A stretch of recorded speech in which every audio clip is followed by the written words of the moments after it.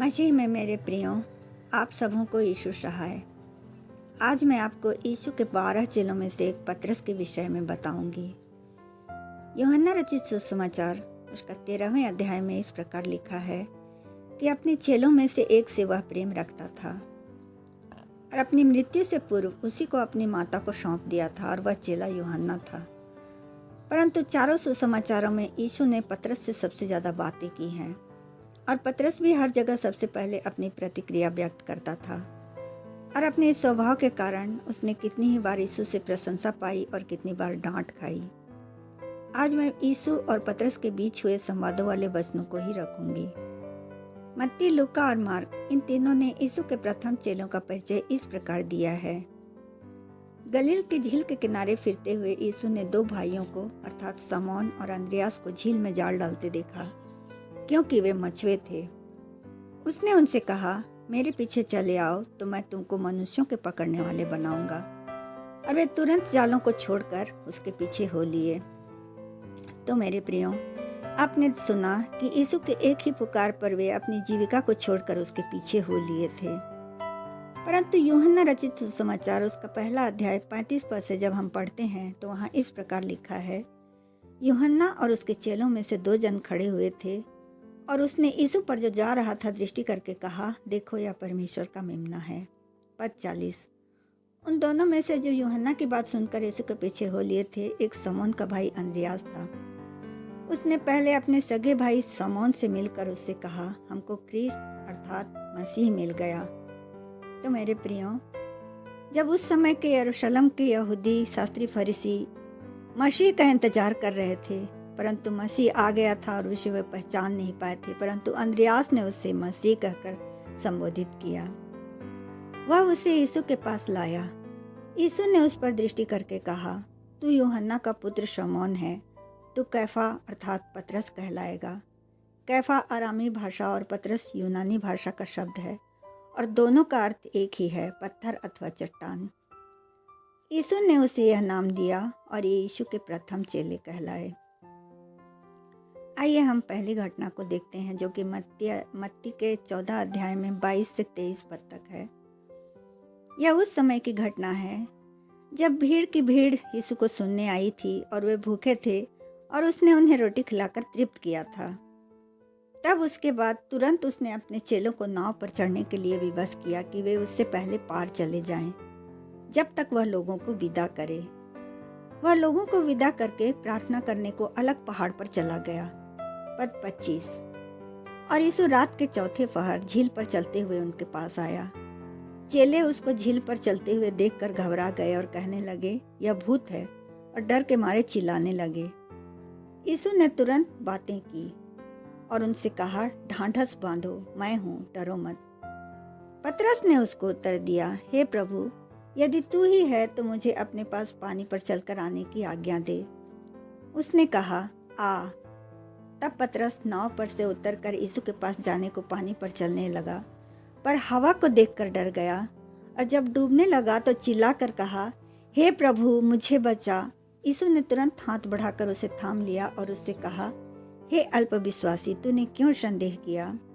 तो मेरे प्रियो, आज हम जब यीशु की पुकार पर उसके पीछे अगर हम नहीं चलते हैं और सिर्फ संकट या मुसीबत आने पर उसे पुकारते हैं, प्रार्थना करते हैं और उस पर भी हमारे विश्वास में कमी होती है, संदेह करते हैं, तो हम शैतान से हार जाते हैं। मत्ती 16 अध्याय उसका 13 पद से आगे। यीशु कैसरिया फिलिप्पी के प्रदेश में आया और अपने चेलों से पूछने लगा, लोग मनुष्य के पुत्र को क्या कहते हैं? उन्होंने कहा, कुछ तो यूहन्ना बपतिस्मा देने वाला कहते हैं और कुछ एलिय्याह और कुछ यिर्मयाह या भविष्यवक्ताओं में से कोई एक कहते हैं। उसने उनसे कहा, परंतु तुम मुझे क्या कहते हो? शमौन पतरस ने उत्तर दिया, तू जीवते परमेश्वर का पुत्र मसीह है। यीशु ने उसको उत्तर दिया, हे शमौन, योना के पुत्र, तू धन्य है, क्योंकि मांस और लहू ने नहीं, परंतु मेरे पिता ने जो स्वर्ग में है यह बात तुझ पर प्रकट की है। तो मेरे प्रियो, यीशु ने उसे धन्य कहा और उससे यह भी कहा कि मांस और लहू ने नहीं, अर्थात किसी मनुष्य ने नहीं, परंतु स्वर्गीय पिता ने तुझ पर यह बात प्रकट की है। परंतु उसके आगे क्या होता है, ये पद 21 से देखते हैं। उस समय से यीशु अपने चेलों को बताने लगा, अवश्य है कि मैं यरूशलेम को जाऊं और पुरनियों और प्रधान याजकों और शास्त्रियों के हाथ से बहुत दुख उठाऊं और मार डाला जाऊं और तीसरे दिन जी उठूं। इस पर पतरस उसे अलग ले जाकर झिड़कने लगा। हे प्रभु, परमेश्वर ना करे, तेरे साथ ऐसा कभी ना होगा। उसने मुड़कर पतरस से कहा, हे शैतान, मेरे सामने से दूर हो, तू मेरे लिए ठोकर का कारण है, क्योंकि तू परमेश्वर की बातों पर नहीं परंतु मनुष्यों की बातों पर मन लगाता है।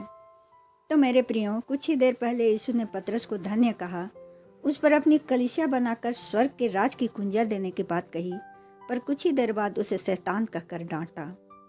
पतरस यीशु के प्रति अपना प्रेम प्रदर्शन करने के लिए कभी कभी ऐसा कुछ बोल देता था जिसे वो खुद पूरा नहीं कर सकता था। ऐसा ही एक वाकया मार्क 14 उसका 27 से 31 पद में है। आइए सुनते हैं।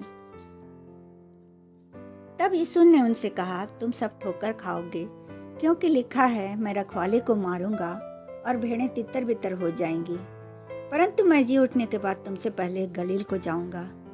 पतरस ने उससे कहा, यदि सब ठोकर खाए तो खाए, पर मैं ठोकर नहीं खाऊंगा। यीशु ने उससे कहा, मैं तुझसे सच कहता हूँ कि आज ही इसी रात को मुर्ग के बांग देने से पहले तू 3 बार मुझसे मुकर जाएगा। पर उसने और भी जोर देकर कहा, यदि मुझे तेरे साथ मरना भी पड़े तो भी मैं तेरा इनकार कभी न करूँगा। यीशु ने मत्ती 24 का 35 पद में कहा है, आकाश और पृथ्वी टल जाएंगे परंतु मेरी बातें कभी ना टलेंगी। और पतरस के साथ ऐसा ही हुआ। उसने मुर्ग के बांग देने से पहले 3 बार प्रभु का इनकार किया, और जब मुर्ग ने बांग दी तो यीशु की बातों को स्मरण करके फूट फूट कर रोया, अर्थात पश्चाताप किया। आइए हम और एक घटना को देखते हैं जो कि मत्ती 17 अध्याय उसका 1 से 8 पद में है। यीशु ने पतरस, याकूब और यूहन्ना को साथ लिया और उन्हें एकांत में किसी ऊंचे पहाड़ पर ले गया। वहां उसके सामने उसका रूपांतर हुआ और उसका मुंह सूर्य के समान चमका और उसका वस्त्र ज्योति के समान उजला हो गया। और मूसा और एलिय्याह उसके साथ बातें करते हुए उन्हें दिखाई दिए। तब पतरस ने यीशु से कहा, हे प्रभु, हमारा यहाँ रहना अच्छा है। यदि तेरी इच्छा हो तो मैं यहाँ 3 मंडप बनाऊं, एक तेरे लिए, एक मूसा के लिए और एक एलिय्याह के लिए। वह बोल ही रहा था कि एक उजले बादल ने उन्हें छा लिया और उससे यह शब्द निकला, यह मेरा प्रिय पुत्र है जिससे मैं प्रसन्न हूँ, इसकी सुनो। चेले यह सुनकर मुंह के बल गिर गए और अत्यंत डर गए। तब यीशु ने उन्हें छुआ और कहा, उठो, डरो मत। तब उन्होंने आंख उठाकर देखा और यीशु को छोड़ किसी को ना पाया। तो मेरे प्रियो, जो यीशु का भय मानते हैं, उससे प्रेम करते हैं, वे मुंह के बल गिरते हैं, और मुंह के बल गिरने का अर्थ है प्रभु को दंडवत करना। प्रकाशित वाक्य 1 अध्याय 12वें वचन से जब आप आके पढ़ेंगे तो वहाँ यीशु का वह रूप वर्णित है जिसे कोई सह नहीं सकता। यूहन्ना भी यीशु का वह रूप देखकर उसके पैरों पर मुर्दा सा गिर पड़ा था। मूसा भी यहोवा के तेज को देखकर थरथराता था। परंतु आजकल कुछ कलीसियाओं और प्रार्थना सभाओं में पास्टर जब प्रार्थना कर रहे होते हैं तो कुछ लोग पीछे की ओर पछाड़ खाकर गिरते हैं, चीखते चिल्लाते, उछल कूद करते और मछली की तरह तड़फड़ाते हैं। तो गिराने का काम शैतान का है, क्योंकि वह खुद गिराया गया है। पवित्र आत्मा हमेशा उठाता है, गिराता नहीं।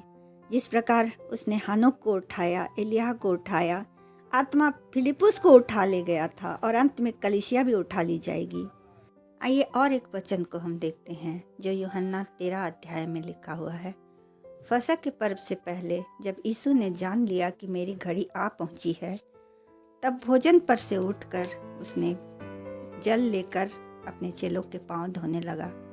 जब वह पतरस के पास आया तो उसने अपने पांव धुलवाने से मना किया। तो मेरे प्रियो, जरूर यह उसने एक सम्मान की भावना से किया होगा, परंतु जब यीशु ने उसे समझाया तो वह मान गया।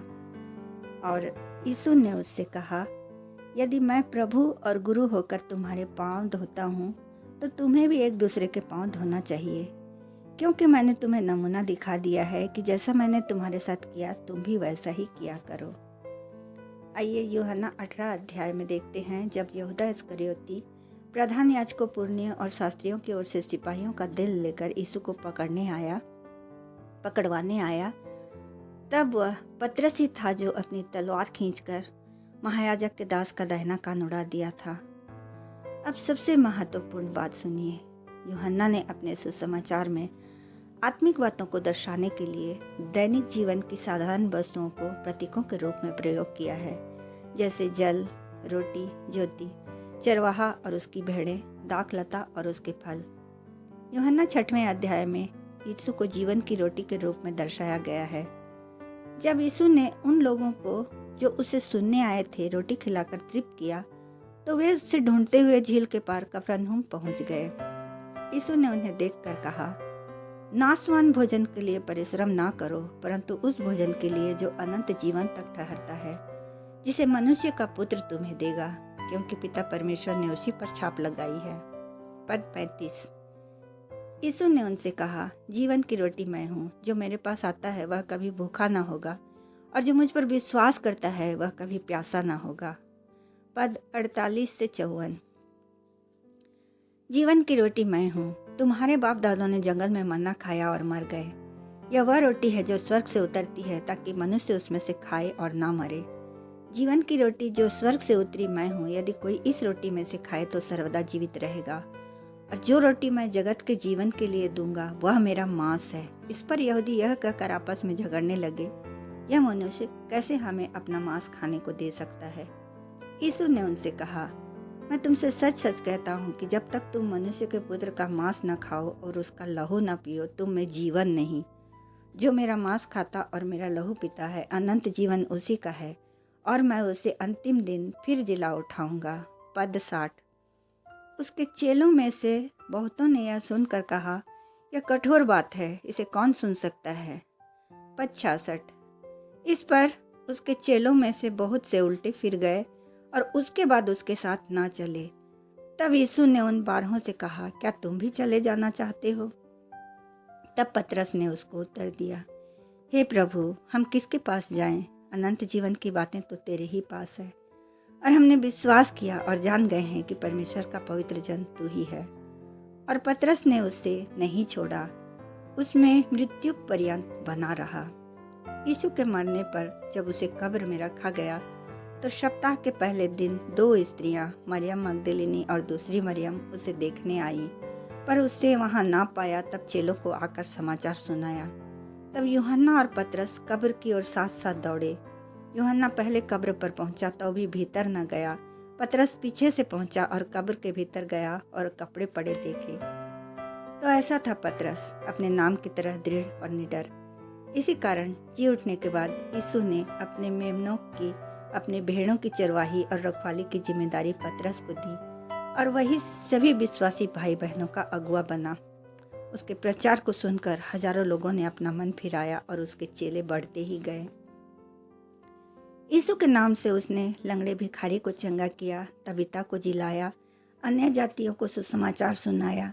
यहाँ तक कि लोग बीमारों को सड़कों पर लाकर खाटों और खटोलों पर लिटा देते थे कि जब पतरस आए तो उसकी छाया ही उनमें से किसी पर पड़ जाए। अशुद्ध आत्माओं और सताए हुए भी अच्छे कर दिए जाते थे। पतरस प्रभु के लिए बंदी गृह में रहा, धमकियों से नहीं डरा, और अंत में प्रभु के लिए क्रूस पर उल्टा लटका दिया गया।